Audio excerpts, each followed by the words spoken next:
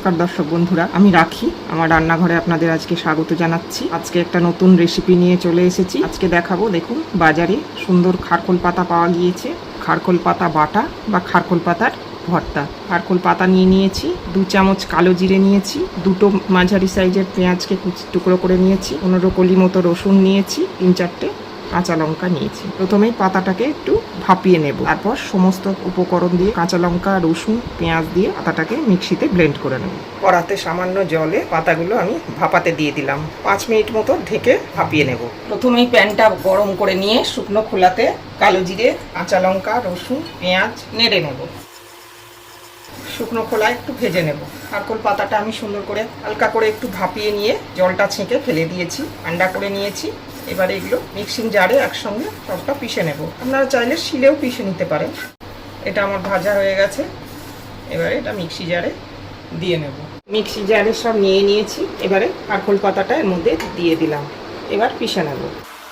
স্বাদ মতো একটু চিনি দিয়ে দিলাম, একটু লবণ দিয়ে দিলাম। দেখুন কত সুন্দর ব্লেন্ড হয়ে গেছে, স্মুথ পেস্ট তৈরি হয়ে গেল। এবারে কড়াতে তৈরি করে নেব। কড়াতে একটু বেশি করেই সর্ষের তেল গরম করে নেব, বড় চামচে 2 থেকে 3 চামচ। ঠিক আছে, সামান্য একটু কাঁচা লঙ্কা, পেঁয়াজ কুচি তেলে দিয়ে দিলাম। হালকা করে ভেজে নেব। এবারে পিষে রাখা খারকোল পাতা বাটাটা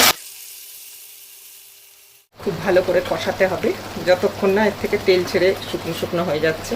খারকোল পাতা এই বর্ষার আগে খুব পাওয়া যায়, খুব ভালো করে ধুতে হয়। এগুলো জঙ্গলের মধ্যে হয় তো, ভালো করে পরিষ্কার করে ধুয়ে নিয়ে তারপর রান্না করলে খুব ভালো। আর এটা গরম ভাতের সঙ্গে অসাধারণ খেতে লাগে। বানিয়ে খেয়ে দেখবেন। আমার এই রেসিপিটি যদি আপনাদের ভালো লেগে থাকে, চ্যানেলটিকে সাবস্ক্রাইব করার অনুরোধ রইল। বেল আইকনটি টিপে দেবেন, যাতে করে আমি নতুন কোনো রান্নার ভিডিওটির নোটিফিকেশন সবার আগে আপনার কাছে পৌঁছে যায়। লাইক, শেয়ার, কমেন্ট করবেন। ভিডিওটি দেখার জন্য ধন্যবাদ। ফিরে আসবো আবার অন্য কোনো দিন, অন্য কোনো রেসিপি। ভালো থাকবেন, সুস্থ থাকবেন। এবারে এই মিশ্রণে সামান্য একটু হলুদ দিয়ে দেবো।